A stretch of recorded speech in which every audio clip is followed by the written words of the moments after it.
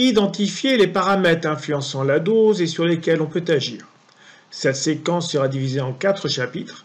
Le premier chapitre rappellera les grandeurs dosimétriques en imagerie de projection. Le deuxième chapitre rappellera les grandeurs dosimétriques au scanner. Le troisième chapitre vous indiquera les paramètres sur lesquels on peut agir pour réduire la dose en radiologie. Le quatrième chapitre vous indiquera les paramètres sur lesquels on peut agir pour réduire la dose au scanner. Première partie, les grandeurs dosimétriques en imagerie de projection. Premier petit rappel, l'irradiation du patient se trouve dans le faisceau principal. Tout ce qui est rayonnement diffusé à côté est négligeable par rapport à ce faisceau principal. De la même façon, quand vous mettez les mains sous un robinet d'eau chaude, c'est bien dans le flux de l'eau chaude que ça brûle et non à côté.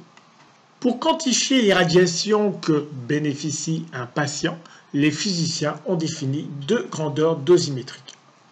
Il s'agit d'une part de la dose d'entrée, DE, donnée en milligray, qui permettra d'évaluer notamment les effets déterministes au niveau de la peau, au niveau cutané, et d'autre part le produit de surface PDS en centigrés ou milligray centimètre carré, qui permettra d'évaluer les effets stochastiques, c'est-à-dire les risques de cancer.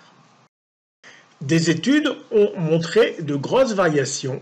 Ainsi, sur les thorax de bébés, la dose pouvait varier pour un cliché équivalent de 1 à 150 fois, idem pour les radios de hanche de bébé. Cela est tout à fait possible. En effet, prenons le thorax de bébé. La bonne pratique est d'avoir une cassette standard, en direct, bien diaphragmée, un seul cliché.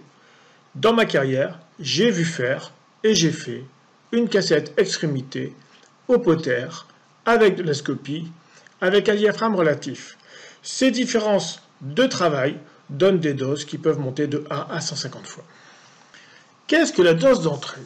C'est tout simplement la dose mesurable à l'entrée du patient, c'est-à-dire sur la peau, dose du faisceau primaire. On pourrait simplement mettre un dosimètre sur le patient, faire son cliché, développer son dosimètre, et cette dose serait la dose d'entrée.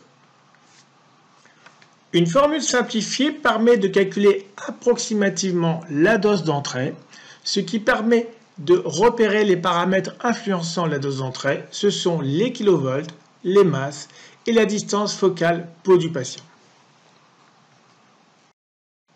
Un calcul plus précis peut se faire sur Internet, sur le site Mikado de l'IRSN, en indiquant les mêmes paramètres et en ajoutant également la filtration du tube. La filtration du faisceau principal afflue de façon importante sur la dose du patient.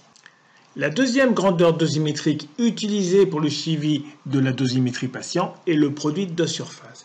Celui-là, vous le connaissez parce que la machine vous le transmet systématiquement. Le PDS est donc la multiplication de la dose d'entrée que nous venons de voir par la surface exposée. Le PDS vous est communiqué soit par un système informatique qui, connaissant tous les paramètres, peut vous calculer le produit de surface. Évidemment, il a accès au diaphragme et à la surface irradiée, soit à l'aide d'une mesure physique, par exemple le Diamantor, chambre d'ionisation placée à la sortie du tube. Le PDS a l'avantage d'être une valeur constante tout le long du faisceau principal. Ainsi, à la sortie du tube, si la dose est 200 et la surface est de 1 cm², le PDS est de 100. À mi-chemin, la dose est de 50, mais la surface irradiée, puisque la projection iconique sera de 2 cm, le PDS sera toujours 200.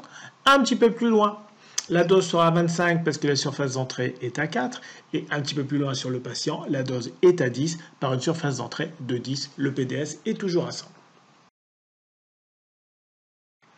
L'indication du PDS par nos appareils est obligatoire que sur les appareils neufs depuis 2004. Si les médecins radiologues ont rajouté des Diamantor, c'est un plus qu'ils n'étaient pas obligés de faire et c'est bien une implication positive à la radioprojection du patient. Il existe une exception aux produits de surface, il s'agit de la mammographie où les physiciens préfèrent utiliser la dose moyenne à la glande.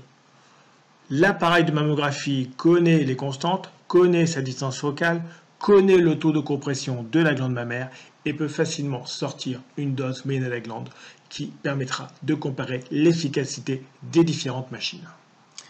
À quoi sert de connaître la dose d'entrée?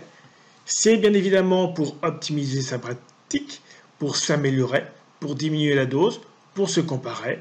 D'autre part, si la dose d'entrée est évaluée à environ 3 gray, comme nous l'avons vu, c'est possible avec 26 minutes de scopie, eh ben, il faudra diriger le patient vers un suivi médical afin d'évaluer et de faire le suivi des effets déterministes. À retenir, il existe deux grandeurs dosimétriques en imagerie de projection pour quantifier la dosimétrie du patient, c'est la dose d'entrée et le produit de surface PDS. Le PDS est toujours accessible car transmis par la machine à chaque irradiation.